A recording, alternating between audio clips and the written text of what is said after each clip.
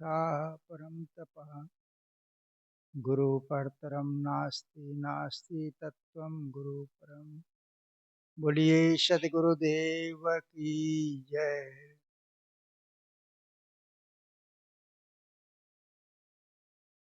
रविवारी सत्संग के अवसर पर आज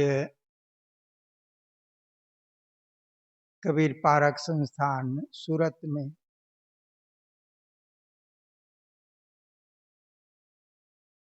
सत्संग के अवसर पर संतों के विचार भक्तों के द्वारा भजन श्रवण करने को मिला, आगे भी मिलेगा। मेरे लिए आदेश है, आदेश पालन हेतु कुछ क्षण आप सबके बीच सदगुरु कबीर साहिब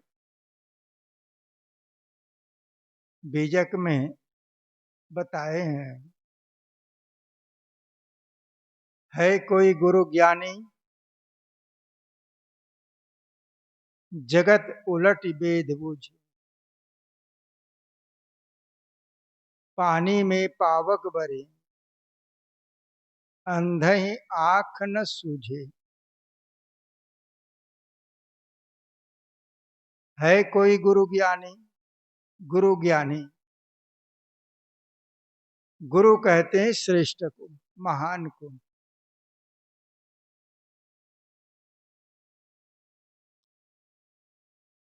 कोई श्रेष्ठ महान ज्ञानी है, यदि है तो जगत की ओर पीठ दे करके वेद को बूझे, समझे, चिंतन करे।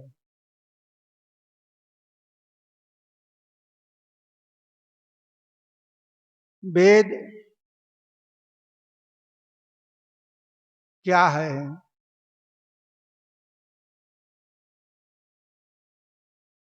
जगत की तरफ हम मुख करते हैं, संसार के प्राणी और पदार्थ सत्य भासता है।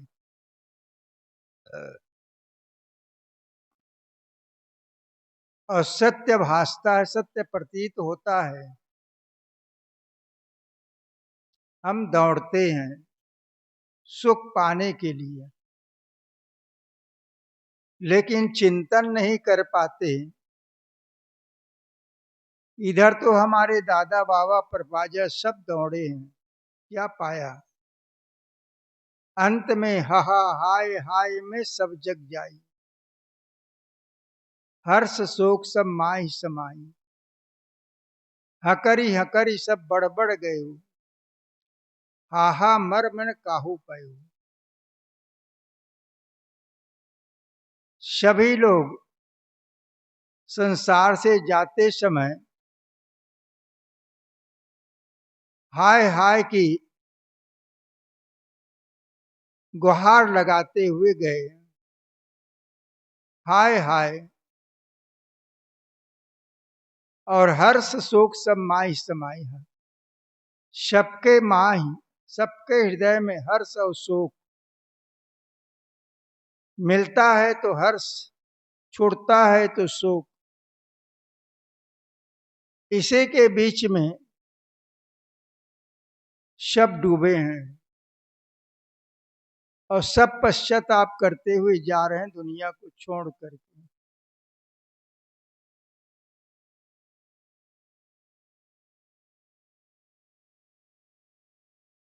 सुखी और खुशी से तो वही जाता है जो जगत की तरफ पीठ दे करके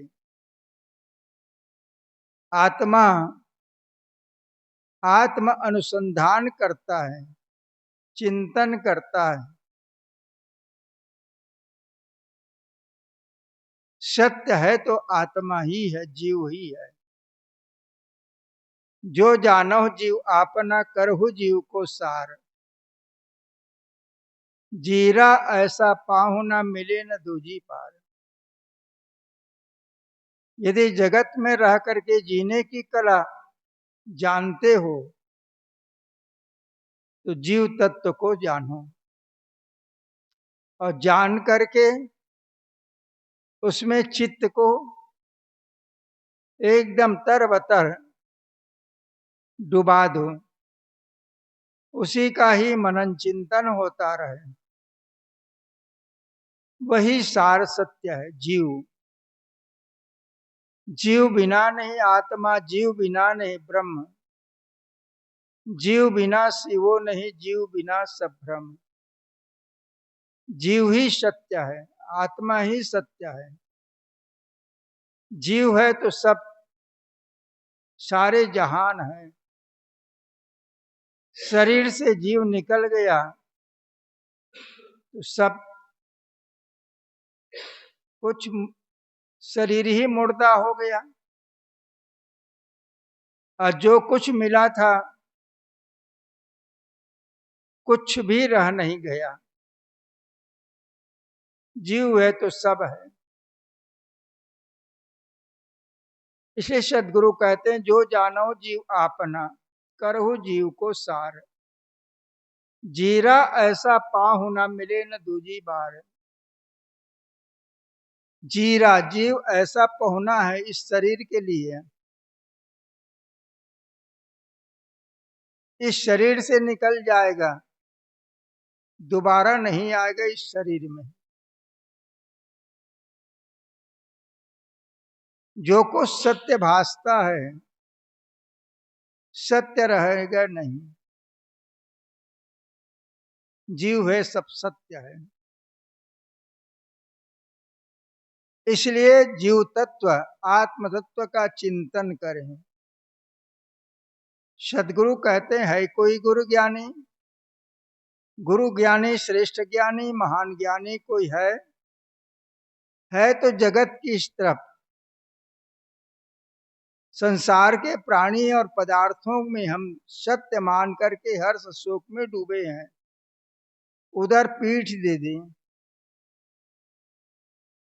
और सत्य अपने आत्मा में चित्त को जोड़ लें। रात दिन चिंतन उसी का ही हो, वही सत्य है। वेद ज्ञान को कहते हैं, ज्ञान आत्मज्ञान स्वरूप ज्ञान ही सत्य है। और इसे जाने बिना, इसमें चित्त को जोड़े बिना, संसार के प्राणी है पानी में पावक बरे, अंध ही आंख न सूझे। पानी शीतल है, खौलते हुए पानी दहकते हुए अंगार में गिर जाए तो दहकते हुए अंगार को खौलते हुए पानी बुझा देगी, शांत कर देगी। बुझाने के काम, शांत करने के काम जल का है, क्योंकि वो शीतल है। लेकिन वही पानी, खौलते हुए पानी यदि पैर में पड़ जाए, शरीर में पड़ जाए तो जला देगा, फफोला उठा देगा। लेकिन दहकते हुए अंगार में पड़ जाए तो शीतल कर देगा, शांत कर देगा। ऐसे ही आत्मा शांत स्वरूप है, जीव शांत स्वरूप है। उसके पास उसका स्वभाव जैसे पानी का स्वभाव शीतल है, वैसे आत्मा शांत स्वरूप है, शांत स्वरूप है। लेकिन प्राणी और पदार्थों के संयोग से लोभ मोह अहंकार तृष्णा होता है। कब होता है? प्राणी पदार्थों के संयोग से। जीव के पास नहीं है, अपने आप में शांत स्वरूप है। बाहर से ही जैसे पानी को संपर्क मिला आग का, इसलिए पानी खौला और पैर को जला दिया। ऐसे ही आत्मा शांत स्वरूप है। शांत स्वरूप आत्मा जैसे जैसे प्राणी और पदार्थों का संयोग होता है, वैसे वैसे ही काम, क्रोध, लोभ, मोह, राग, द्वेष, विषय विकार, आशा, तृष्णा, ये सब जीव के पास आ जाता है।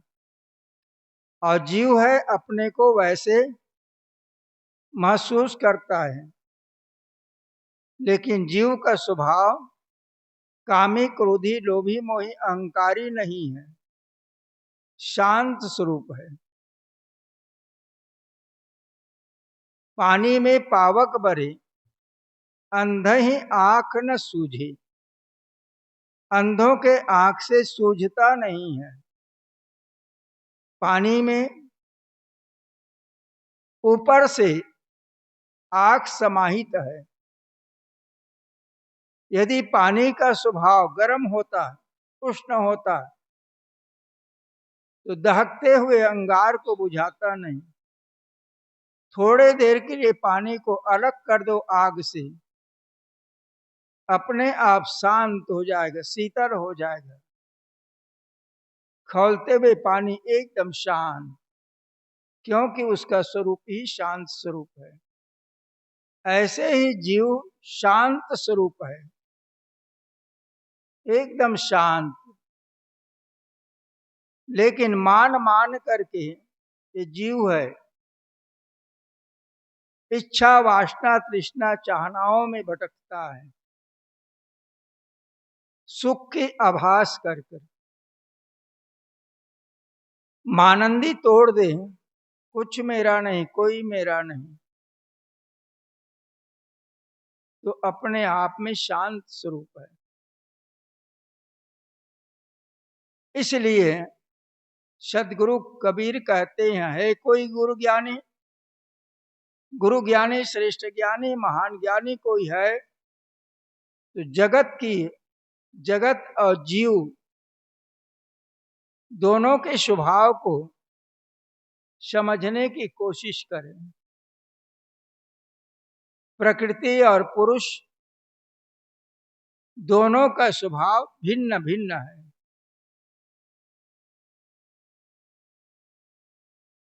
पुरुष चेतन है, जानकार है, और प्रकृति जड़ है। दोनों भिन्न है। आग और पानी की तरह आग जलाता है, लेकिन पानी उसे बुझा देता है। ऐसे ही प्रकृति की ओर, जगत की ओर हम ध्यान देते हैं तो हर्ष शोक में डूबते हैं। यदि शांत होना है तो अपने को जाने, मैं कौन हूं, मेरा क्या है, क्या लेकर आया हूं, क्या लेकर जाऊंगा।